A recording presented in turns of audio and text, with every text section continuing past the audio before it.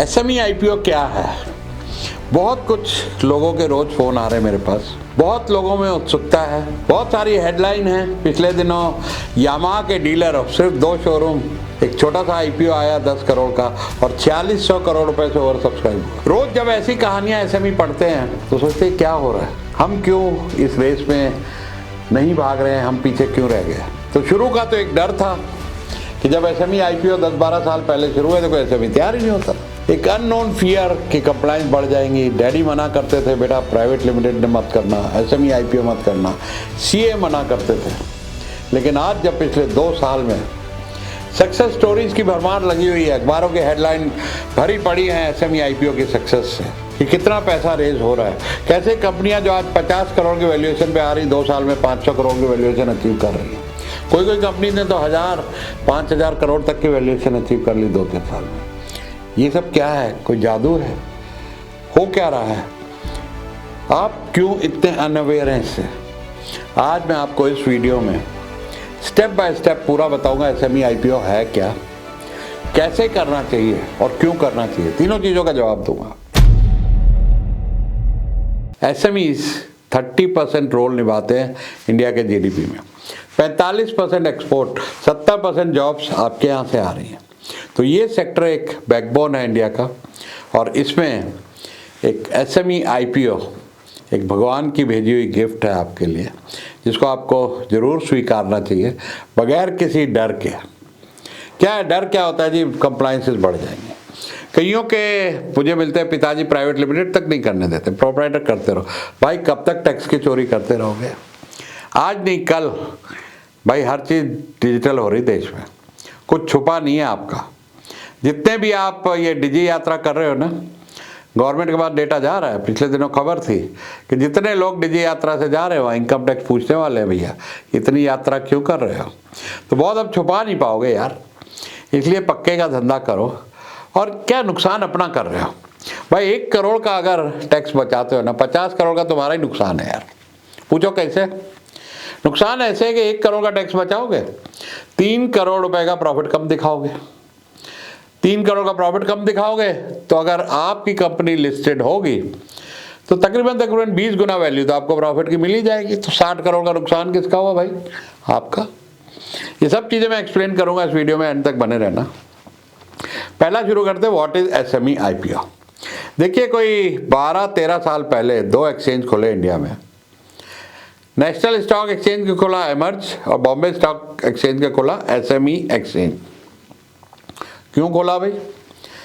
क्योंकि पहले जो ना सब कंपनियां, जब मेरा आईपीओ आया था, बाय द वे मैं ही एक ऐसा मेंटर हूं इंडिया में, बिजनेस मेंटर, जिसने खुद का आईपीओ किया है। 1995 में जब मेरी उम्र सिर्फ 38 साल की थी, तब मेरी कंपनी लिस्ट हुई थी, 300 टाइम ओवर सब्सक्राइब आईपीओ हुआ था, राष्ट्रपति से अवार्ड भी मिला था। अब वो मैं कंपनी एग्जिट कर चुका हूँ क्योंकि बहुत बड़ा नुकसान हुआ था मुझे, जिसमें मेरी फैक्ट्री, मेरे बंगले और मेरी कंपनी सब कुछ बिक गया। फिर बाउंस बैक किया, अभी तजुर्बा के आईपीओ की तैयारी कर रहा हूँ। 67 की उम्र में दोबारा एक आईपीओ की तैयारी कर रहा हूँ। 500 आप जैसे एसएमईज को मेंटर कर रहा हूँ ताकि वो भी लिस्ट कर सकें, क्योंकि अगला राष्ट्रपति से अवार्ड लेने की ख्वाहिश पद्मा अवार्ड है मेरी, और 500 एसएमई आईपीओज की हेल्प करके नॉमिनेशन तो बनता ही है। तो आइए शुरू करते हैं कि व्हाट इज एसएमई आईपीओ। तो ये 2 एक्सचेंज है, एमर्ज नेशनल स्टॉक एक्सचेंज का और बीएसई एसएमई एक्सचेंज है। तकरीबन 600 कंपनियां लिस्ट हो चुकी हैं। 2 लाख करोड़, जी हाँ 2 लाख करोड़ से ऊपर का मार्केट कैप है और 6000 करोड़ रुपए से ज़्यादा पैसा रेज किया गया मार्केट से। अब हुआ क्या कि शुरू में तो भाई कोई आता नहीं था, बहुत समझाओ, डर रहे, नहीं जी एसएमई आईपीओ नहीं लाना चाहिए, कंप्लायंस बढ़ जाएगी। और जब देखा लोगों की तरक्की हो रही, अरे ये तो छोटी सी कंपनी थी, आज 500 करोड़ की हो गई, 1000 की होगी, तो अभी तो सबको चाहिए।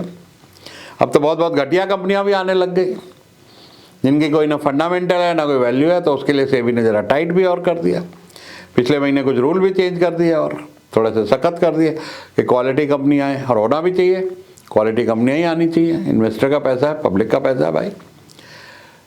तो एसएमई आईपीओ को है जहां पर आप अपनी कंपनी को लिस्ट कर सकते हैं। उसके मेजर जो क्राइटेरिया आपको लिस्ट करने के, पहला है कि आपकी कंपनी 3 में से 2 साल प्रॉफिटेबल होना चाहिए और ऑपरेटिंग प्रॉफिट 1 करोड़ होना चाहिए। बॉम्बे स्टॉक एक्सचेंज की एडिशनल कंडीशन है कि आपके tangible asset, net tangible asset, या कंपनी में कोई प्रॉपर्टी हो या आपके रिजर्व्स हो, स्टॉक हो, एफडी हो, कुछ भी हो, टेंजिबल एसेट 3 करोड़ से ऊपर होना चाहिए। ये मोटी मोटी रिक्वायरमेंट है।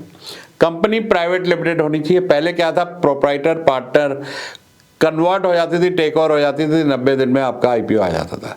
आज 2 साल का कूलिंग लगा दिया गया, तो ये भी अब थोड़ी सी मुश्किल होगी। तीसरा, जो अप्लाई करते हैं रिटेल इन्वेस्टर, पहले 1 लाख के शेयर कर सकते थे, मिनिमम 1 लाख का लॉट करना होता था, अब वो बढ़ के 2 लाख हो गया। तो ये तो कुछ बदलाव सेबी ने किए हैं। तो आपकी कंपनी प्राइवेट लिमिटेड होनी चाहिए, ग्रोइंग बिजनेस होना चाहिए, घुसता हुआ बिजनेस नहीं होना चाहिए कि भाई पिछले साल तो 20 थी, इस बार 15 हो गई, नहीं, फिर कोई इन्वेस्टर पैसा नहीं लगाएगा। प्रॉफिट अच्छा होना चाहिए।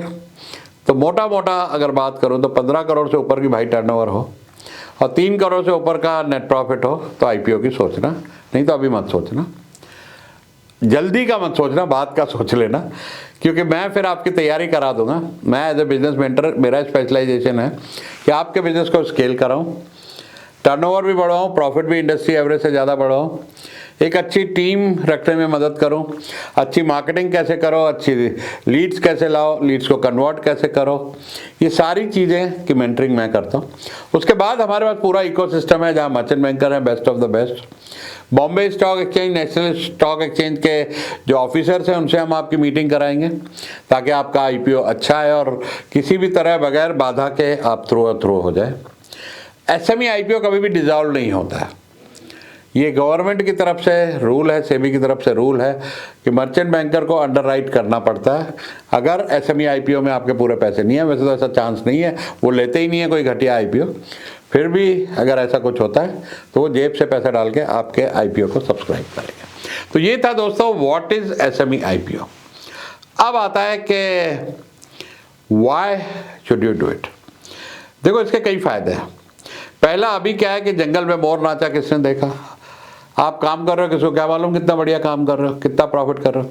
पिछले दिनों एक कंपनी हमने तैयार करने के लिए साइन अप करी एसएमई आईपीओ के लिए। भाई 100 करोड़ की टर्नओवर, 30 करोड़ का प्रॉफिट कमा रहे हैं और कहाँ जंगल में छुपे पड़े, किसी को पता ही नहीं। इतनी बढ़िया कंपनी आज के टाइम में कौन है, लेकिन अब वो एसएमई आईपीओ में जा रहे हैं। तो आपके जो रिजल्ट होते हैं ना, जब वो छपते हैं हर क्वार्टर, हर 6 महीने में छपेंगे, तो दुनिया देखेगी, आपको जगह जगह इंटरव्यू के लिए बुलाया जाएगा, आपका ब्रांड कहाँ से कहाँ पहुँच जाएगा, लोग आपके साथ काम करने के लिए तरसेंगे, वेंडर तरसेंगे। जब हमारा आईपीओ आया था, वेंडर अप्रोच लगाते थे, भाई हमसे कपड़ा ले लो, हमसे डाइंग करा लो। तो ये जब होने लग जाता है, कस्टमर, हम जब मिलने जाते थे कस्टमर की नज़र में इज्जत इतनी बढ़ जाती थी। ऑर्डर साइज 15-15 करोड़ के ऑर्डर उस जमाने में हम लिख लेते थे एक दिन में। ये सब इसीलिए क्योंकि हमारी कंपनी लिस्टेड थी। अब दूसरी चीज़, आप 500 का नोट निकालिए ज़रा, उस पर पढ़िए क्या लिखा है। गवर्नर का एक उस पर प्रॉमिस है, आई प्रॉमिस टू पे bearer of this note 500 rupees. मैं धारक को 500 रुपये देने का वचन देता हूँ, गवर्नर का सिग्नेचर होता है। अगर वो सिग्नेचर ना हो, ये ना लिखा हो, तो वो नोट और कागज़ में कोई फ़र्क नहीं है। अब आप बताइए, आपका शेयर 500 रुपये का है, क्या आपका इन्वेस्टर या शेयर होल्डर मोबाइल ऐप खोल के आपके शेयर बेच सकता है 5 मिनट के अंदर? बेच सकता है। तो मतलब आपके शेयर तो करेंसी हो गए। लेकिन क्या आपको लिख के देना पड़ता है कि मैं धारक को 500 रुपये देने का वचन करता हूँ? नहीं। आपकी कंपनी अच्छा कर रही है तो 500 का शेयर है, 5000 का भी हो सकता है। कंपनी अच्छा नहीं कर रही तो 5 रुपये का भी हो सकता है, 1 रुपये का भी हो सकता है, 5 पैसे का भी हो सकता है। तो शेयर प्राइस घटती बढ़ती रहती, लेकिन है वो करेंसी ही, कैश कर सकते हैं। आप चाहे तो अपनी पूरी कंपनी किसी को बेच सकते हैं, और होगा ऐसा। जब आप लिस्ट करेंगे, बड़े बड़े इन्वेस्टर्स के फ़ोन आएंगे, भाई मेरा पैसा लगवा लो, भाई कंपनी बेच दो। आपके कंपटीटर बड़ी कंपनियों के, जैसे वॉलमार्ट आया था, फ्लिपकार्ट को खरीद लिया, ऐसे फ़ोन आएंगे आपके पास। आपका उठना बैठना इन्वेस्टर्स के साथ हो जाएगा, दुनिया के टॉप इन्वेस्टर्स। और दोस्तों, इन्वेस्टर दुनिया चलाते हैं। तो उस सर्कल में जब आप उठते बैठते हो तो आपकी सोच कहाँ पहुँच जाती है। आपका इंडिपेंडेंट बोर्ड होता है, अच्छी अच्छी एडवाइस आपको मिलती है। वहाँ पर आप देखिए, आपको स्केलेबिलिटी, आप सडनली सोचने लग जाते हैं, आप नेशनल से इंटरनेशनल कैसे जाएं, डोमेस्टिक से नेशनल कैसे जाएं, मल्टीनेशनल कैसे बने, जगह जगह शहरों में ऑफिस कैसे खोलें। एक और पावर आ जाती है आपके पास, कंपनी एक्वायर करने की। आप अपने कंपटीटर को एक्वायर कर सकते हो, बैकवर्ड फॉरवर्ड इंटीग्रेशन करके कंपनियां एक्वायर कर सकते हो। किसी भी शहर, किसी भी देश पे जाओ, चली चलाई कंपनी एक्वायर कर लो, कि जब भैया जीरो से क्यों शुरू करें, आज ये तैयार कंपनी मिल रही है। तो ये तो है दोस्तों फ़ायदे। एक और बढ़िया फ़ायदा, अच्छी टीम नहीं लोगों को मिलती, लेकिन आप जब ESOP देते हैं, एम्प्लॉय स्टॉक ऑप्शन, तो आपको अच्छे बढ़िया एम्प्लॉय सस्ते भी मिल जाते हैं और वो काम भी करना चाहते हैं, क्योंकि ESOP और ESOP में वो मालिक की तरह सोचने लगते हैं, कंपनी के हित में अपना हित देखने लगते हैं, कंपनी की ग्रोथ में अपना ग्रोथ देखने लग जाते हैं। लास्ट चीज़ आपको बता दूं, भैया आपने मकान की, प्रॉपर्टी की प्राइस तो बहुत सुन के खुश होते होंगे, 1 करोड़ की ली थी 10 करोड़ हो गया। कभी कंपनी की प्राइस चेक करिए। यहाँ पे आपको मंडे से फ्राइडे 9:15 बजे मार्केट खुलते ही इंटरनेट पे आपको अपनी कंपनी की वैल्यू पता लग जाएगी, अपने शेयर की कितनी वैल्यू है वो पता लग जाएगी। और ये लिक्विड है दोस्त, प्रॉपर्टी बेचने जाओ, आज नहीं बिकती, शेयर बेचने जाओ, सेकेंडों में और मिनटों में बिक जाते हैं ऑनलाइन, कोई ग्राहक ढूंढने की भी ज़रूरत नहीं पड़ती। तो ये तो हुए बेनिफिट कि क्यों करना चाहिए, इसके बेनिफिट क्या है। अब होता करना कैसे चाहिए। देखिए, पहला तो आपका model, business model growing model होना चाहिए, स्केलेबल होना चाहिए, अच्छा मॉडल होना चाहिए। आप कंटिन्यूस ग्रो कर रहे हो, वहाँ पर आपको चाहिए एक अच्छा एडवाइज़र, जहाँ पर आप इन्वेस्टमेंट बैंकर के पास जा सकते हैं। हमारे पास आएंगे तो आपको सब एक ही जगह मिल जाएगा, जहाँ पे मैं आपके बिजनेस को भी अच्छी तरह तराश दूंगा, IPO के लायक बना दूंगा, जिसमें एक अच्छा स्केलेबल मॉडल, साथ में अच्छा सा प्रॉफिट, अच्छी टीम, ग्रोइंग बिजनेस।